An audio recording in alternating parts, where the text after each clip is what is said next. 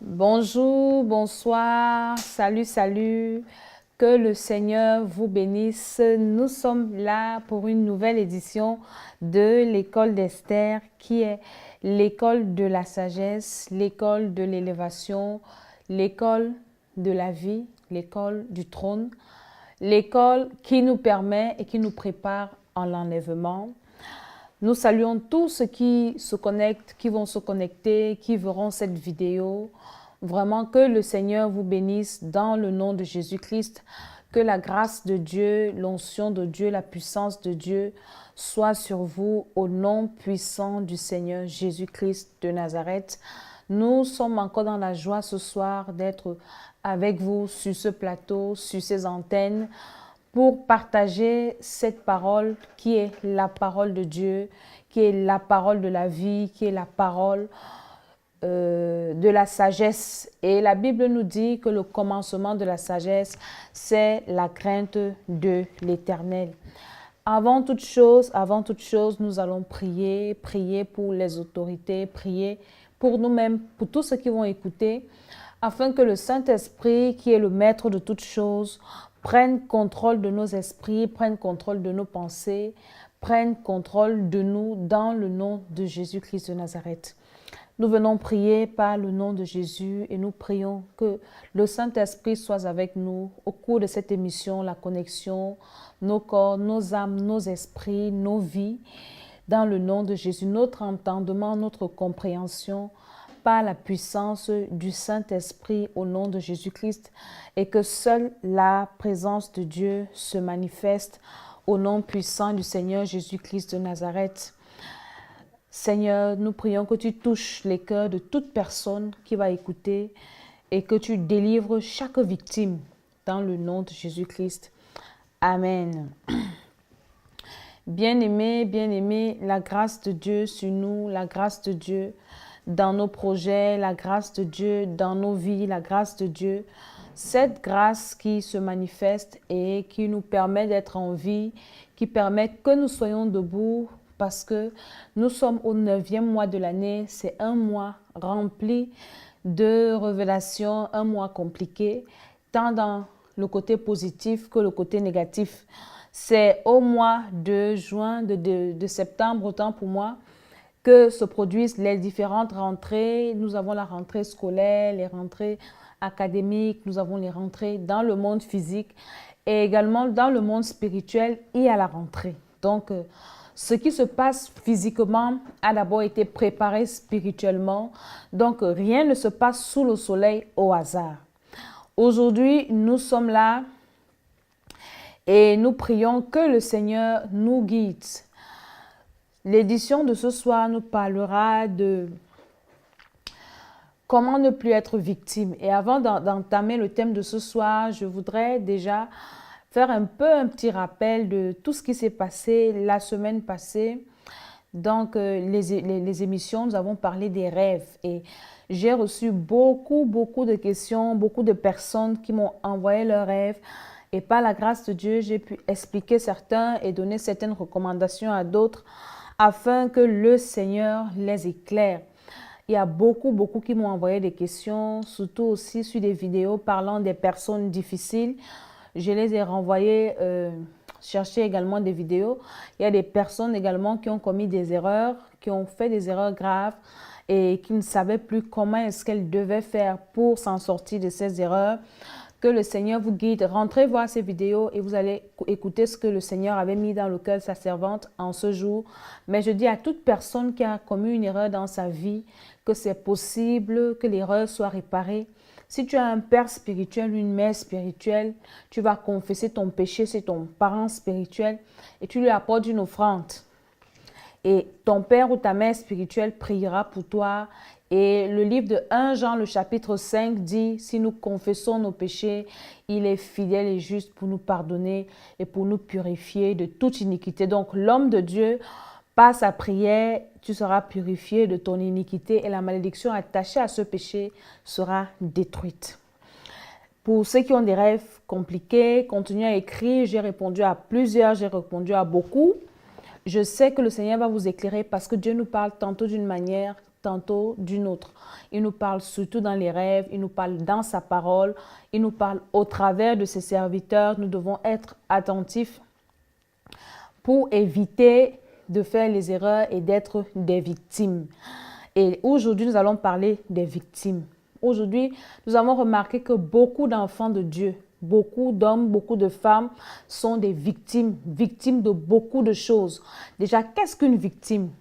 Je vais expliquer ce que c'est qu'une victime. Une victime, c'est une personne qui subit un tort, c'est une personne qui subit une oppression, qui subit une injustice, qui subit un accident, qui subit quelque chose qui n'est pas bien. Donc, si tu as l'habitude de subir et de subir, c'est que tu es une victime. Tu peux être victime de la sorcellerie, c'est-à-dire tu es la proie des sorciers. Et toutes les personnes victimes de la sorcellerie sont des gens qui font des mauvais rêves. Ce sont des victimes. C'est pour ça que quand je demandais au Seigneur, qu'est-ce que je vais dire à ton peuple? Le Seigneur m'a dit, tu as commencé par les rêves, alors continue avec les victimes. Il y en a qui sont victimes de la sorcellerie. Et ça se manifeste dans leur vie, ça se manifeste dans les rêves, ça se manifeste même dans leur façon d'être. Il y a des gens qui sont victimes d'autres personnes, il y a des gens qui sont victimes des situations, il y a des gens qui sont victimes des oppressions, victimes des maladies, victimes des accusations, victimes, toi-même continue à ajouter ce que tu dois ajouter. Tu es victime de quoi? Tu es victime de quoi? Victime de quoi? Victime de quoi? Continue la phrase. C'est toi qui sais ce que tu subis. Une victime, c'est une personne qui subit toujours. Une victime, c'est une personne qui est toujours dans la tristesse, une personne qui est toujours dans la douleur, une personne qui est toujours dans les situations compliquées. Elle n'a jamais le dessus dans ces différents problèmes. Et aujourd'hui, le Seigneur m'envoie parler à une personne, le Seigneur m'envoie parler à un homme, m'envoie parler à une femme, pour dire que le Seigneur Jésus ne t'a pas créé pour être une victime. Tu ne dois pas être une victime. Un enfant de Dieu, né de nouveau, n'est pas appelé à être victime. Quand je lis ma Bible, du début jusqu'à la fin, le Seigneur n'a pas abandonné ses enfants. Il n'a pas livré ses enfants à leurs ennemis. Jésus même n'a jamais été une victime.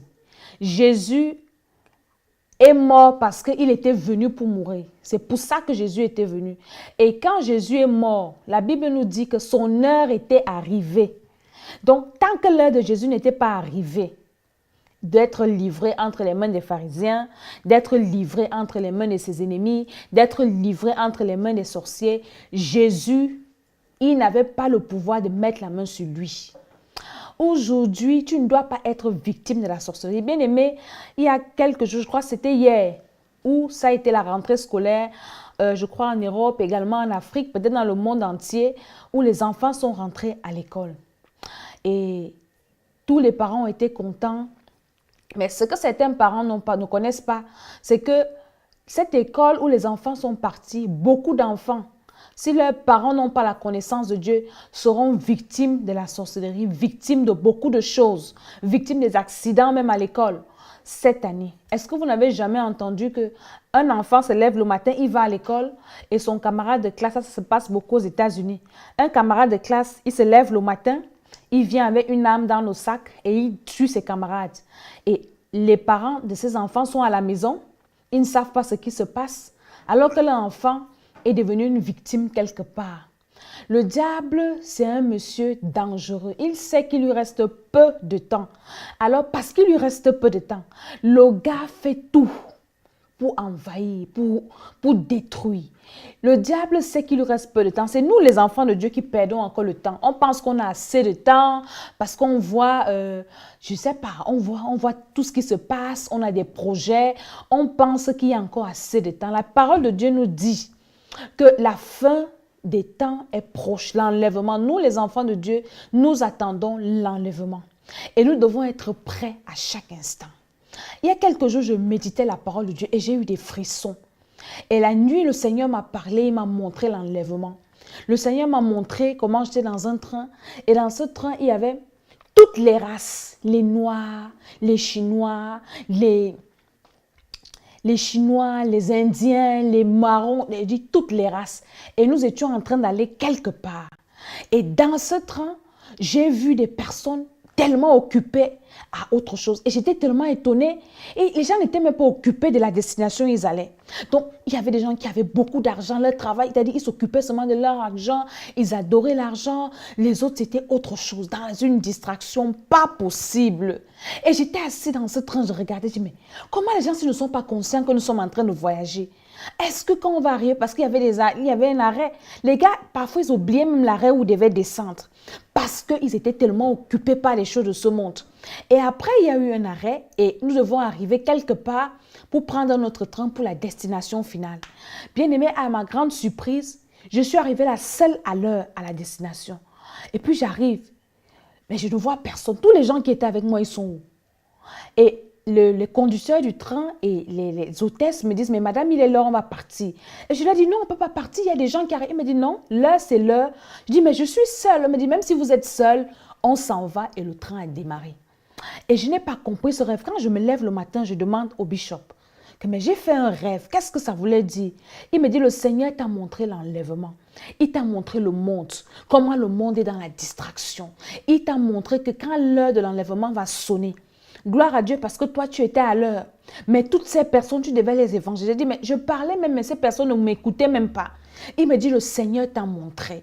Et depuis, c'est pour ça que j'ai tardé à faire des émissions parce que je demandais au Seigneur, qu'est-ce qu'il faut que je dise? Le Seigneur m'a dit, tu dois commencer à prêcher.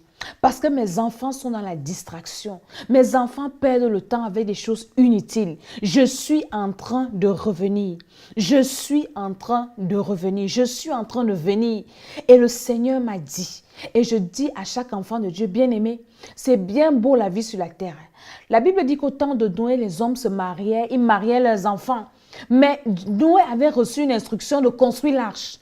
Et pendant que Noé construisait l'arche, les gens se moquaient de Noé. Les gens disaient que Noé était déjà vieux. Les gens disaient que Noé s'amusait. Et Noé était en train de lui dire, et il y avait même qui venait l'aider à construire l'arche. Et ces personnes ne sont pas entrées. Enfants de Dieu et ceux qui ne sont pas encore enfants de Dieu. Tant que tu es sur la terre-ci, ne te trompe pas. Il y a une destination pour toi. Et sur la terre, dans ce monde, il n'y a que deux destinations. Soit c'est le ciel. Je vais bloquer tous ceux qui viennent faire des commentaires désagréables. Donc, si vous êtes là et que vous ne voulez pas suivre la parole de Dieu, passez votre route. Ici, c'est l'émission de ceux qui veulent être enlevés, ceux qui veulent aller au ciel. Nous sommes là et le Seigneur est en train de dire, nous sommes dans la distraction. Ce monde va finir. Une fois que tu es né sur la terre, tu as dit qu'il y a deux destinations. Il n'y a pas de demi-mesure. C'est soit le ciel, c'est soit l'enfer. Il n'y a pas de demi-mesure. C'est-à-dire que les gens pensent que Christ viendra chercher une église avec les tâches. Le Seigneur dit qu'il viendra prendre une église qui n'a pas de tâches, qui n'a pas de rites. Et ce qui est déplorable, c'est que même dans la maison de Dieu, nous nous retrouvons en train de faire n'importe quoi. Bien-aimés, ressaisissons-nous, réveillons-nous. Le Seigneur est à la porte. Il est à la porte. Et je parlais de la rentrée. Aujourd'hui, ce sont les rentrées. Même dans le monde spirituel, c'est la rentrée. Les satanistes, les sorciers ont aussi débuté leur rentrée. C'est au mois de septembre qu'ils ont leur rentrée. Et c'est au mois de septembre qu'ils viennent préparer leur sacrifice à leur maître. Ceux qui vont mourir à la fin de l'année ou bien l'année prochaine ne sont pas sacrifiés à cette époque. C'est maintenant. C'est maintenant que chaque sorcier, chaque sataniste est en train de faire la liste pour mettre les noms des personnes qu'il va sacrifier, que ce soit dans sa famille, que ce soit dans son lieu de service, que ce soit partout. Et pendant que toi, tu es là, tu es un enfant de Dieu, tu t'amuses. Tu es à l'église, tu peux encore t'amuser à pécher, tu peux encore t'amuser à vivre dans le mensonge. Bien aimé, le livre d'Apocalypse dit que ce que le Seigneur viendra chercher, c'est ceux dans la bouche desquels on ne trouvera point de mensonge. Nous devons être prêts pour l'enlèvement. Nous devons chaque jour trembler et demander au Seigneur de nous préparer. Tes sujets de prière doivent être, Seigneur, aide-moi à être comme tu veux. Seigneur, aide-moi à vivre dans la sanctification. Aide-moi à vivre, à vivre, à vivre, à vivre, à vivre. Bien aimé, l'enlèvement, c'est imminent et c'est bientôt. Et s'il n'y a pas l'enlèvement, c'est la mort qui peut te surprendre. Et même si tu es enfant de Dieu, tu meurs et que tu n'es pas rempli du Saint-Esprit, tu ne vas pas aller au ciel. Si tu meurs tué en sorcellerie, tu ne peux pas voir Dieu parce que Dieu ne te connaît pas. Si tu meurs envoûté, tu n'iras pas au ciel. Donc nous devons être prêts. C'est pour ça que tu ne dois pas être une victime. Toutes les victimes qui meurent, je doute, les victimes de la sorcellerie qui meurent, je ne pense pas qu'elles verront Dieu. Elles ne verront pas Dieu parce que pourquoi tu es victime de la sorcellerie? Si tu es un enfant de Dieu, tu ne peux plus être victime de la sorcellerie. On ne peut plus manger ton corps en sorcellerie. On ne peut plus boire ton sang en sorcellerie. Si tu es rempli du Saint-Esprit. Aujourd'hui, les enfants de Dieu sont des victimes.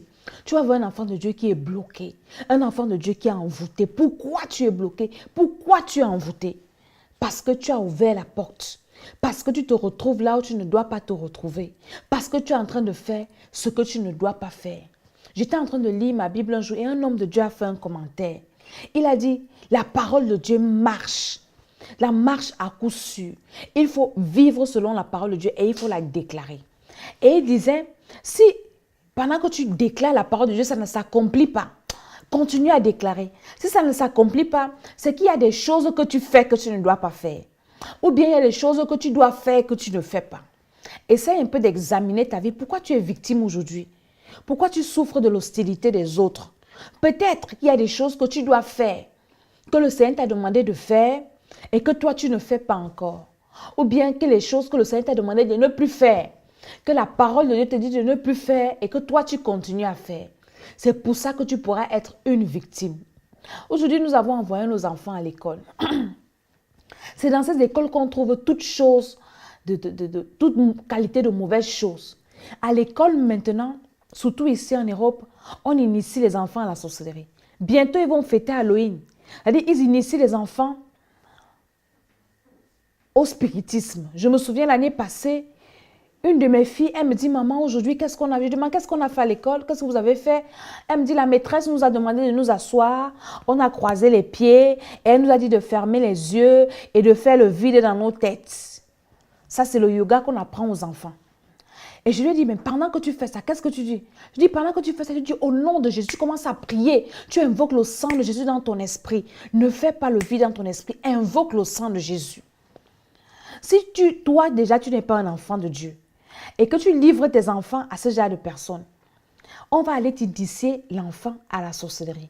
Nous avons fait une vidéo qui passe dans notre chaîne YouTube Temple des Nations, où le titre est « Un enfant qui a été envoûté par sa maîtresse ». Aujourd'hui, il y a beaucoup de maîtresses sorcières. Et ces maîtresses, elles regardent les étoiles des enfants. Si ton enfant n'a pas la protection de Dieu, si tu n'es pas un enfant de Dieu rempli du Saint-Esprit, tes enfants, toi, tu vas les envoyer à l'école pour aller étudier, mais ils vont revenir à la maison petits sorciers. À l'école également, il y a des élèves sorciers. C'est-à-dire que les enfants pratiquent la sorcellerie. Nous avons vu au Temple des Nations des petits enfants qui confessaient la sorcellerie, qui pratiquaient la sorcellerie. Ces enfants vont à l'école. Ils sont en contact avec d'autres enfants. Ils sont en contact avec même les maîtresses. Et si ton enfant n'est pas rempli du Saint-Esprit, peut-être tu n'as pas un enfant, peut-être toi-même tu es élève, tu es étudiant. Si tu n'es pas rempli du Saint-Esprit, il y a des enfants qui volent les intelligences des autres à l'école. C'est-à-dire que pendant que tu es là, il ou elle vient seulement poser la main sur ta tête. Tu penses que c'est les jeux et c'est l'amusement et c'est ma copine et c'est mon copain. Il veut seulement toucher ma tête. Il vient et pose la main sur ta tête alors qu'il est en train de prendre ton intelligence, de prendre ta sagesse. Bien-aimé, ce sont les rentrées et tu as besoin d'être rempli du Saint-Esprit. Si tu ne connais pas ces choses, c'est pour ça qu'il y a beaucoup aujourd'hui. Pendant l'année, tu te rends compte que c'est toi qui as passé le temps à expliquer les choses à tes camarades. Mais en fin d'année, ils réussissent tous, mais toi, tu échoues. Qu'est-ce qui s'est passé? Tu as été victime, victime et victime encore de quelque chose. Pourquoi? Parce que tu as été ignorant. Toujours dans les écoles, dans les universités, c'est là-bas où on trouve un peu de tout. Des professeurs sorciers qui viennent regarder les enfants brillants et qui commencent à initier les enfants. Si ton enfant n'a pas la connaissance de Dieu, si tu n'as pas appris à cet enfant à méditer la parole de Dieu, à remplir la parole, à être rempli de la parole de Dieu, tu vas envoyer ton enfant à l'école et il va revenir détruit. Il reviendra détruit. Les nourritures qu'on mange à l'école. J'ai suivi un témoignage. Une dame qui vendait la nourriture dans une école, c'était une sorcière intrépide. Et c'était au travers des cantines. La nourriture que les gens mangent à l'école, dans les cantines. Et c'était par là qu'ils donnaient la sorcellerie aux enfants. Si tu n'as pas appris à ton enfant à sanctifier tout ce qu'il reçoit, à sanctifier même la nourriture qu'on lui donne à l'école, le bout de pain, le goûter qu'il peut partager avec son camarade. Un camarade qui peut être sorcier et qui a une mission, parce que eux, les sorciers, ils ont une mission de recruter un grand nombre, d'évangéliser. Il vient avec un bout de pain préparé depuis la maison par ses parents. Il dit, va donner ça à ton camarade. Si ton enfant n'est pas rempli du Saint-Esprit, comment ton enfant sera protégé? Enseignez à vos enfants à prier. Même à l'école, tu dis à l'enfant à la maison, même si on te donne quoi à l'école, même si c'est la maîtresse qui te donne, avant de manger, tu sanctifies la chose. Tu dis au nom de Jésus, le sang de Jésus. Même si on te donne un bic à l'école, un cahier à l'école, apprends à sanctifier. Ainsi, tes enfants ne seront plus des victimes. Parce que si tes enfants sont des victimes, toi-même, tu seras victime. On a suivi un témoignage, toujours sur notre page, notre chaîne YouTube. Un témoignage venant du Temple des Nations du Cameroun. Un jeune initié à la sorcellerie par sa grand-mère. Donc la grand-mère, il avait le nom de la grand-mère. Et la grand-mère passait le temps à l'appeler mon mari. Faites attention aux homonymes. Les gens qui appellent vos enfants mon mari, qui appellent vos enfants ma femme, ou bien qui vous appellent vous-même mon mari, ma femme. Faites très attention. Peut-être en journée, c'est mon mari, mais la nuit, qu'est-ce qu'il fait? Et le gars dit que s'il avait le nom du mari de sa grand-mère, et la grand-mère sorcière arrive à la maison, elle appelle mon mari, mon mari, mon mari. Et un jour, cette grand-mère arrive, elle dit qu'elle va préparer. La mère lui laisse à manger, elle prépare. Elle finit de manger, elle sert tout le monde. Le gars dit qu'il a mangé, son ventre était plein. Mais il ne sait pas ce qui s'est passé. La grand-mère a mangé, elle a laissé une petite partie. Quand il est revenu, passé à côté de la grand-mère, toute la nourriture qui était remplie dans son ventre a disparu. Le gars a eu faim. La grand-mère dit, viens enlever mon plat. Quand il vient enlever le plat, il prend, il mange. Évitez à vos enfants de manger les restes de nourriture des grandes personnes ou bien même des gens. Parce que vous ne connaissez pas les identités spirituelles des gens. La gourmandise. Tu ne dois plus être victime. Peut-être aujourd'hui tu souffres. On t'avait envoûté au travers de la nourriture. La convoitise. Dès que tu vois la chose de quelqu'un, tu veux seulement. Et il y a des personnes comme ça. Elle sait que je suis engagée quelque part, même avec l'argent. Tu vois quelqu'un avec son argent, ton cœur commence à battre, tu veux. Et tu vas demander. Tu ne sais pas que c'est au travers de cette chose qu'on a récupéré ton esprit, on a récupéré ton âme. Et on te manipule. Et c'est comme ça que le petit, il a mangé la nuit de la grand-mère. Et le soir, il s'est retrouvé, l'esprit est sorti du corps, il est parti en sorcellerie. Et quand il arrive là-bas, il trouve la grand-mère et beaucoup de membres de la famille. La grand-mère dit oui, acclamons pour lui. Il est venu, la Bible dit qu'il n'est pas bon que l'homme soit seul. Donc les sorciers connaissent la parole de Dieu. Et c'est comme ça que cette femme l'a initiée et on lui a donné une mission de détruire sa mère. Donc si tu as un enfant qui est sorcier, mon ami, tu n'auras jamais la paix dans ta maison. Parce que la mission qu'on m'a donnée, c'est de venir te détruire. Nous avons vu, je me souviens une année, une dame qui est morte, la femme d'un homme en tenue. Elle est morte de cancer du sein. Ce sont ses enfants qui l'avaient livrée. Et les enfants parlaient ça. C'est nous qui avons livré notre mère.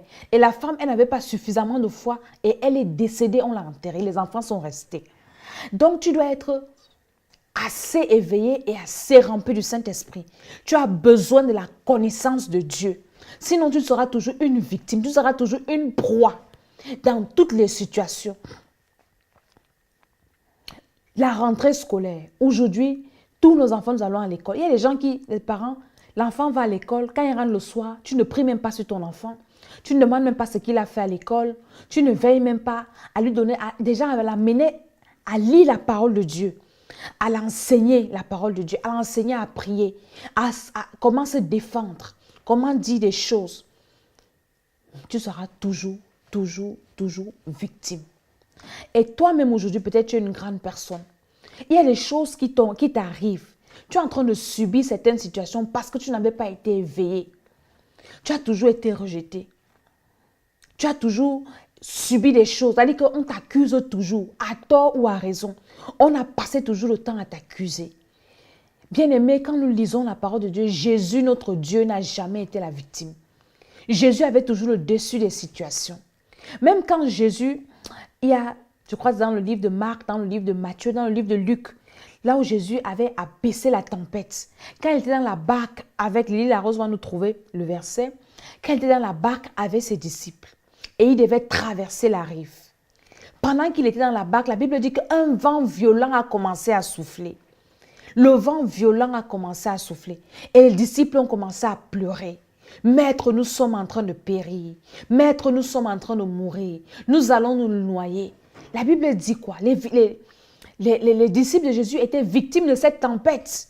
Jésus s'est levé. Pendant que Jésus dormait, lui, tranquillement, la Bible dit qu'il a menacé le vent. Il a menacé la tempête. Et le vent s'est tu. Tu dois refuser d'être une victime. Dans ta famille, refuse d'être la victime.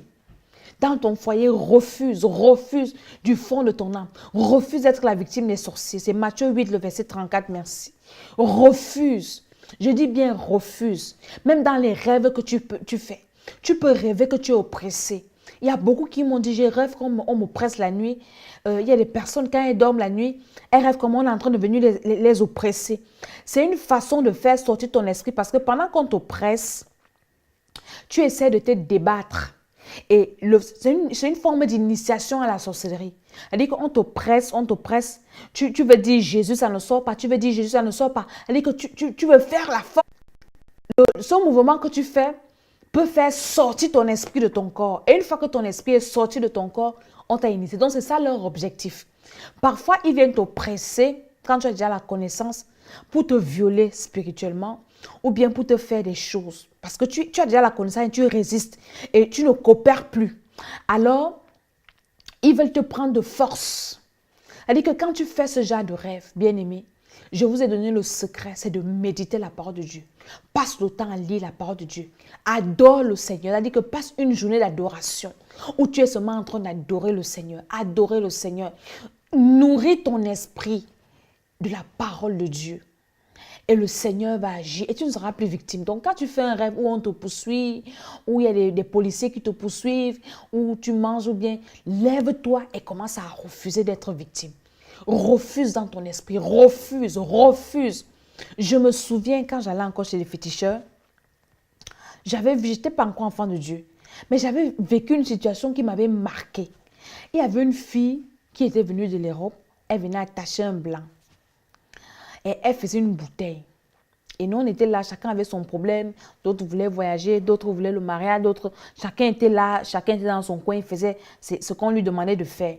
Et elle, son problème, c'était qu'elle venait attacher un blanc, elle venait attacher un monsieur. Et la bouteille, pendant qu'elle était avec... C'était un groupe de personnes qui attachaient les femmes et les hommes, ils étaient là, ils mettaient dans les bouteilles. Elle, maintenant, sa bouteille refusait de se fermer.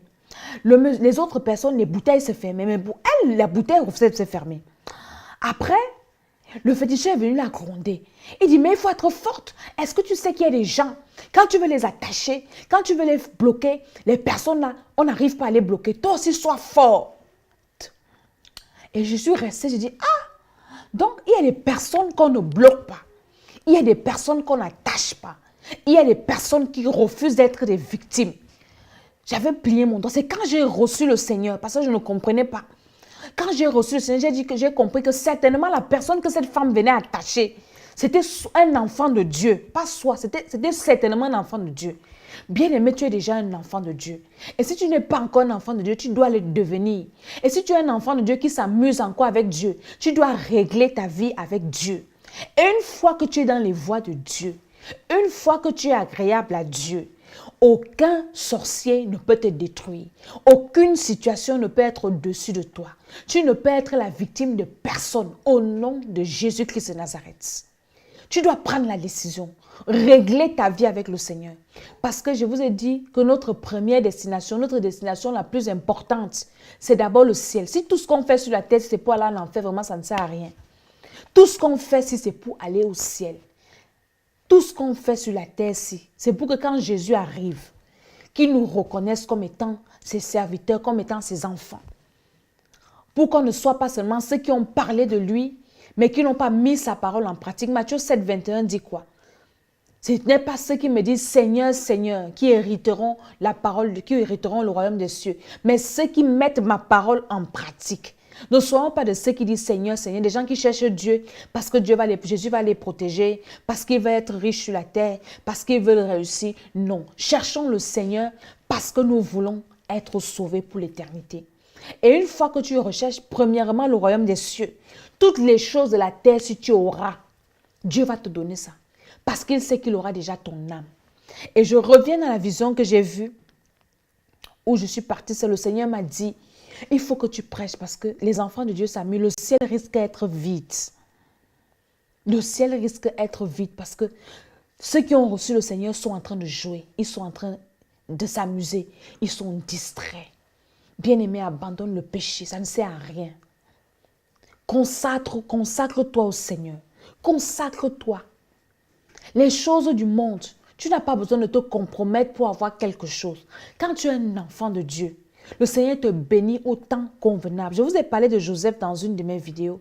Est-ce que vous savez que si Joseph couchait avec la femme de Potiphar, il allait détruire sa destinée parce que la femme de Potiphar, c'était une sorcière. Elle avait vu l'étoile de l'enfant. Elle n'était pas allée vers Joseph parce qu'elle l'aimait beaucoup, ou bien parce qu'il était trop beau, il était plus jeune ou plus beau que Potiphar. Elle avait vu son étoile. Elle savait que Joseph avait une destinée glorieuse. Et c'est pour ça qu'elle voulait envoûter l'enfant de tuer. Et Dieu a protégé Joseph en le permettant de mettre la parole de Dieu en pratique. Tous ceux qui ne mettent pas la parole de Dieu en pratique sont exposés. Nous ne mettons pas la parole de Dieu en pratique pour plaire à Dieu, pour faire du bien à Dieu. Dieu est au ciel. Que tu pêches sur la terre, que tu ne pêches pas, ça enlève quoi à Dieu? Rien du tout. C'est pour ton bien. Si tu ne veux plus être victime des sorciers, victime de la sorcellerie, commence à partir d'aujourd'hui à mettre la parole de Dieu en pratique. Commence. Elle dit, ce n'est pas facile, mais prends la décision de mettre la parole de Dieu en pratique. Il y a quelques années, nous, on a décidé, parce qu'on a traversé beaucoup de problèmes. Beaucoup de problèmes, que ce soit dans mon foyer, que ce soit... Elle dit qu'une fois, on s'est assis, mon mari et moi, on a dit, bon, à partir d'aujourd'hui, on va mettre la parole de Dieu en pratique. Et depuis qu'on a commencé à mettre la parole de Dieu en pratique, bien aimé, on a la paix, on a la joie. Donc, et on a compris que les gens souffrent parce qu'ils ne mettent pas la parole de Dieu en pratique. Mettons la parole de Dieu en pratique. Si toi, tu mets la parole de Dieu en pratique, tu n'auras pas de problème dans ta vie et tu ne seras la victime de personne. Je dis de personne. Parce que la Bible dit que le commencement de la sagesse, c'est la crainte de l'Éternel. Si tu crains l'Éternel et tu mets sa parole en pratique, tu seras assuré d'aller au ciel et sur la terre, tu auras la paix, tu auras la joie. Mon ami, le Seigneur va te permettre de te réjouir du peu que tu as. Être heureux, ce n'est pas avoir beaucoup de milliards, ce n'est pas avoir des grosses maisons. Non, être heureux, tu peux être heureux avec le peu que tu as. Si tu es en bon terme avec Dieu et si tu mets la parole de Dieu en pratique, enfant de Dieu, mettons la parole de Dieu en pratique et le Seigneur va nous élever. Joseph a mis la parole de Dieu en pratique. Si Joseph disait que non, si je sors à la femme, elle va me donner beaucoup d'argent, il allait seulement voir le bien de quelques heures, le bonheur de quelques heures. Pardon. Mais après, il allait sacrifier sa destinée. Il allait compromettre sa destinée. Dieu l'avait protégé. Dieu nous protège quand nous mettons sa parole en pratique. Les garde-fous que le Seigneur a mis là dans sa parole, c'est pour que nous réussissions. Un enfant de Dieu est appelé à vivre une vie glorieuse, même sur la terre. Même sur la terre. Les enfants de Dieu souffrent aujourd'hui parce qu'ils veulent exploiter Dieu pour aller vivre dans le monde. Tu vas les voir quand celui-là est malade ou celle-là. Elle est à l'église, elle cherche Dieu, elle cherche les pasteurs. Mais une fois qu'elle est guérie, elle repart faire sa vie. Quand il n'a pas de travail, tu vas le voir à l'église tous les jours, il prie, il aime Dieu, il chante à l'église. Mais dès que le travail arrive, il n'est plus avec vous. Il y a des personnes comme ça. Et quand le Seigneur voit ton cœur, il voit que tu es comme ça. Il y a des personnes méchantes comme ça. Dieu ne peut pas te bénir parce qu'il voit ton cœur. Je disais un jour quand je prêchais que moi, je suis arrivé à un niveau, je n'ai plus pitié des chrétiens. Parce que parfois, quand tu es leader et puis tu as les enfants spirituels, tu vois chacun dans ses problèmes, tu as pitié et tu passes autant à prier. Seigneur, bénis-tel, Seigneur, bénis-tel. Et Dieu te regarde, Dieu rit. Il dit que tu connais même le bandit pour qui tu pries. Tu connais le délinquant pour qui tu pries. C'est Dieu qui connaît le cœur. Et le Seigneur ne bénit pas la personne. Parfois on dit à Dieu, Seigneur, regarde comment elle te sert, regarde comment Dieu connaît ton cœur. Dieu connaît ton cœur. Il sait que dès qu'il va te bénir, tu vas l'abandonner. Il y a des personnes qui sont victimes de la sorcellerie, victimes du malheur, parce qu'ils ont le mépris. Ils ne respectent pas les autorités. Aujourd'hui, elle dit que surtout dans les églises, je ferai un programme seulement pour les femmes des pasteurs, parce que nous sommes devenus, je ne sais pas, dans les églises, et les enfants de Dieu ne savent pas que ça tire la malédiction en méprisant les serviteurs de Dieu et surtout les épouses des serviteurs de Dieu. Les épouses des serviteurs de Dieu ne sont pas parfaites. Les épouses des autorités en général ne sont pas parfaites parce que quand tu as une autorité, on ne va jamais aimer la femme, on va toujours aimer l'homme parce qu'on tire des petits intérêts derrière. Dieu ne peut pas te bénir si tu maudis ou si tu méprises la femme, ta mère spirituelle ou bien la femme de ton pasteur. Là, tu n'as pas mis la parole de Dieu en pratique. Les enfants de Dieu veulent être bénis, mais ils ne veulent pas mettre la parole de Dieu en pratique. Le mépris. Tu peux peut-être mépriser en cachette, mais Dieu voit ton cœur. Et tout acte que tu vas poser, le Seigneur va te rendre ça. Dieu est fidèle et Dieu dans sa parole. Quand Jésus reviendra, il ne va pas nous juger avec les sentiments, il va nous juger sur la base de sa parole. Et après, tu vas te plaindre que pourquoi ça ne marche pas, pourquoi j'ai toujours des attaques, pourquoi mes ennemis ont toujours le dessus sur moi. Ça veut dire qu'il y a quelque chose que tu fais que tu ne dois pas faire. Et quelque chose que tu ne fais pas que tu dois faire. Tu ne dois plus être victime. Victime de quoi? C'est toi qui connais. Victime de la souffrance, victime de la pauvreté, victime des maladies, victime des attaques, victime des oppressions, victime de la sorcellerie. Et pour ne plus être victime, mon ami, mets la parole de Dieu en pratique. Mets la parole de Dieu en pratique. Le Seigneur m'a beaucoup parlé sur les femmes des pasteurs. Je reviendrai et je vais commencer à faire des séminaires, des conférences sur des femmes des pasteurs. Parce que ça, c'est aussi le nœud de la malédiction de beaucoup dans les églises. Que ce soit femmes, que ce soit hommes. Beaucoup. Quand tu regardes dans la Bible, Salomon qui était grand roi que tout le monde acclamait là. Vous pensez que Salomon était roi à cause de David? Salomon était roi à cause de sa mère. Quand tu as une maman spirituelle, c'est une bénédiction. Jacob a été béni à cause de qui? Nous reviendrons là dans les détails. Ce n'est pas le sujet aujourd'hui. Mais ce que je dis aujourd'hui, c'est que nous devons mettre la parole de Dieu en pratique. Et j'ai dit quelque chose au début, c'est le mois des sacrifices. Les sorciers dans ta famille, dans ton quartier, dans ton lieu de service, sont déjà en train de faire la liste des cadeaux qu'ils vont donner à leur maître Satan dans leur confrérie de sorcellerie. Et c'est maintenant. Donc, tu dois être plus éveillé qu'avant. Te réconcilier avec ton Dieu. Si tu es déjà enfant de Dieu, réconcilie-toi avec ton Dieu à chaque instant.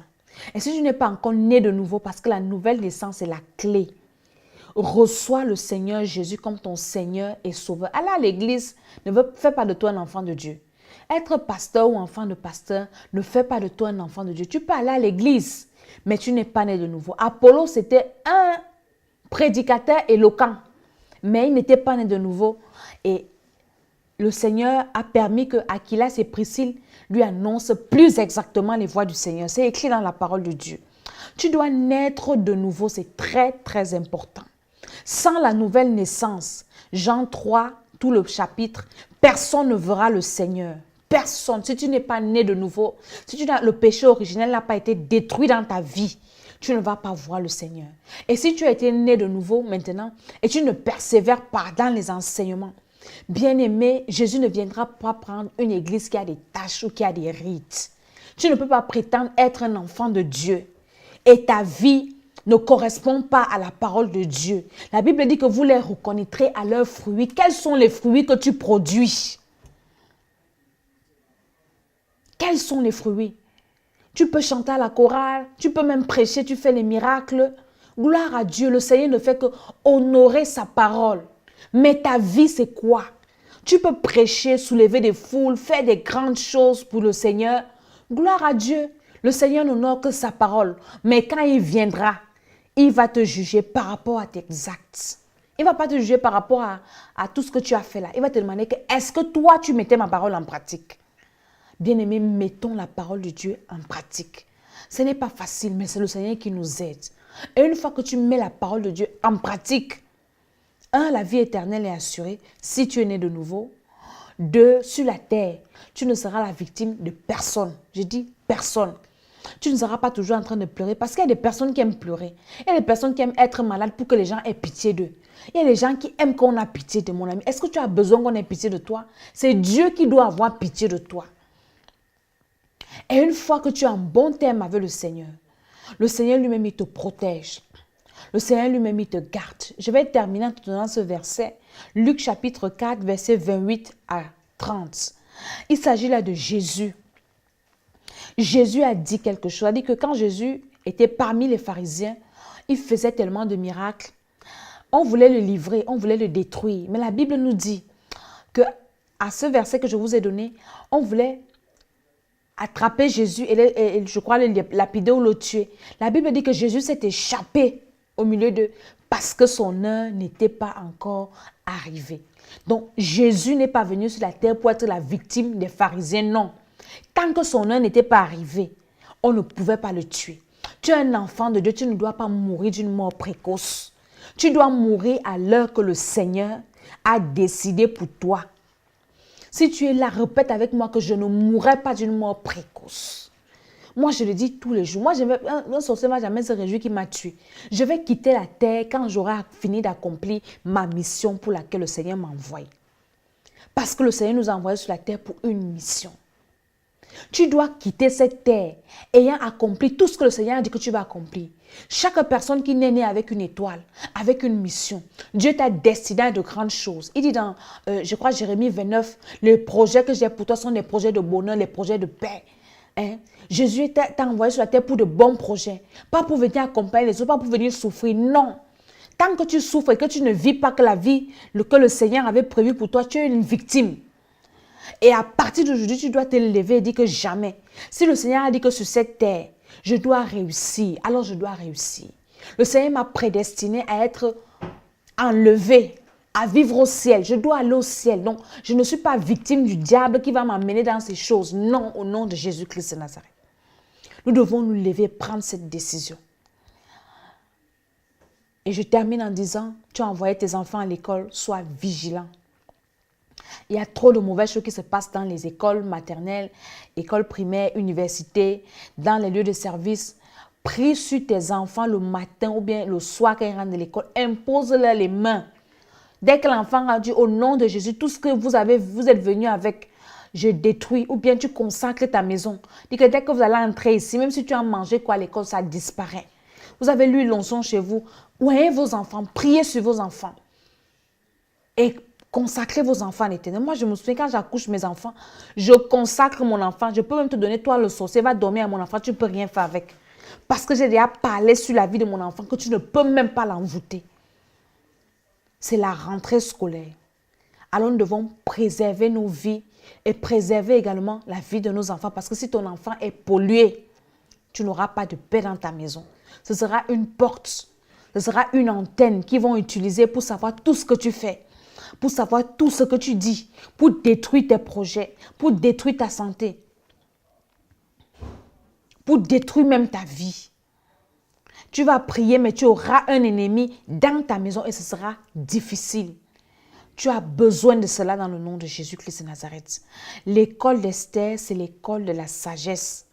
Et la crainte de l'Éternel, c'est le commencement de la sagesse. Tu veux réussir, tu as besoin de connaître ces choses. Dieu t'a déjà élevé.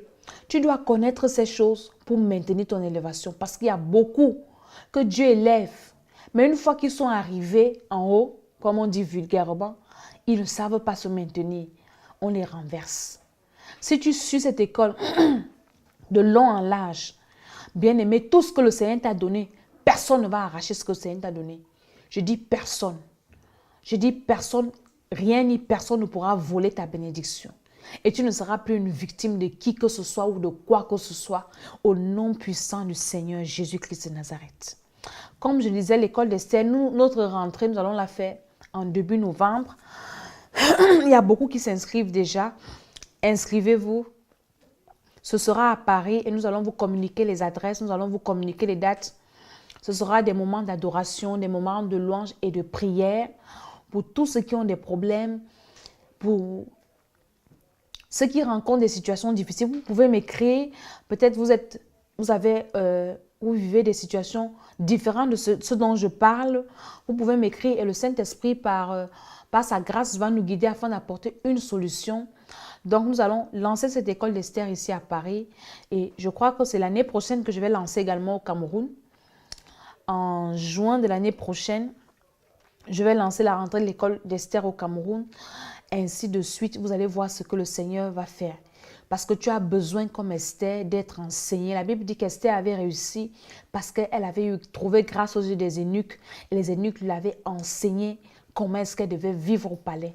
Et c'est ce que Vasti n'avait pas fait. C'est pour ça que Vasti avait été renversée. Je bénis la servante de Dieu, ma mère Pascaline Kwame qui s'est connectée. Nous allons également venir au Togo pour l'école d'Esther. Soyez vraiment bénis. Nous n'allons pas finir sans prier. Priez que le Seigneur nous préserve. Que le Seigneur préserve nos âmes, préserve nos esprits, préserve nos cœurs. Le Seigneur m'a recommandé de beaucoup plus prêcher parce que l'école d'Esther, je ne voulais pas beaucoup prêcher. Mais il m'a dit de prêcher parce qu'il y a beaucoup d'enfants de Dieu qui sont en train de s'amuser. Bien-aimés, nous avons reçu quelque chose de précieux. Le salut que nous avons reçu, nous ne devons pas le négliger. Travaillons avec crainte et tremblement. Bien-aimé, ne passe pas une journée sans demander au Seigneur, Seigneur, aide-moi à marcher dans la lumière. Aide-moi à vivre dans la vérité. Christ ne viendra pas prendre une église avec des tâches. Il ne viendra pas prendre des voleurs. Il ne prendra pas des menteurs. Tu es enfant de Dieu. L'apôtre Paul passe là dans 1 Corinthiens que séparez-vous de ceux qui se disent enfants de Dieu et qui vivent dans le péché. Non. Christ ne viendra pas te prendre dans ton péché étant à l'église. J'ai suivi sur YouTube un témoignage d'un monsieur à qui le Seigneur a fait la grâce de visiter l'enfer. Il a fait ce témoignage, ça m'a touché. Il dit que c'est un professeur d'université aux États-Unis. Un jour, il dormait, je terminerai par ce témoignage. Et le Seigneur, il était fatigué et le Seigneur l'a enlevé en esprit. Il dit, je vais te faire visiter le ciel. Il voulait refuser, il dit non, allons. Il dit, il est arrivé devant la porte je vais te faire visiter l'enfer autant pour moi. Il arrive devant la porte de l'enfer. Il voit un long rang et des gens qui étaient contents et des gens, ils ne savaient pas là où ils partaient. Il dit, l'enfer a plusieurs portes. Il y a des gens qui ont pratiqué la sorcellerie, qui ont fait l'occultisme. Quand ils meurent, les démons viennent les récupérer parce qu'ils ont livré leur vie à Satan.